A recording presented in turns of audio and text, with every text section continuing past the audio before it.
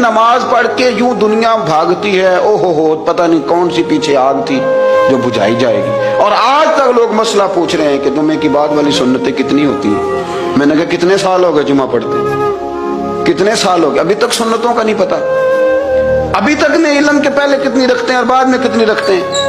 فجر کی سنتیں کب پڑھنی چاہیے، سنو فجر کی سنتوں کے بارے میں۔ میرے رسول کریم سید عالم صلی اللہ تعالی علیہ وسلم سے ایک صحابی نے پوچھا تھا، حضور میری فجر کی سنتیں رہ گئیں یا رہ جاتی ہیں تو حکم کیا ہے، کیا انداز ہے حضور کا۔ بخاری مسلم کے لفظ سنو، حضور سید عالم صلی اللہ علیہ وسلم فرمانے لگے، اس نے کیا پوچھا تھا، حضور جواب کیا دیتے، فرمایا فجر کی سنتیں کبھی نہ چھوڑنا، فجر کی پہلی 2 سنتیں کبھی نہ چھوڑنا۔ یا رسول اللہ صلی اللہ تعالی علیہ وسلم میری رہ گئی ہیں، رہ جاتی ہیں، فرمایا فجر کی 2 سنتیں نہ چھوڑنا، فرمایا فجر کی پہلی 2 سنتیں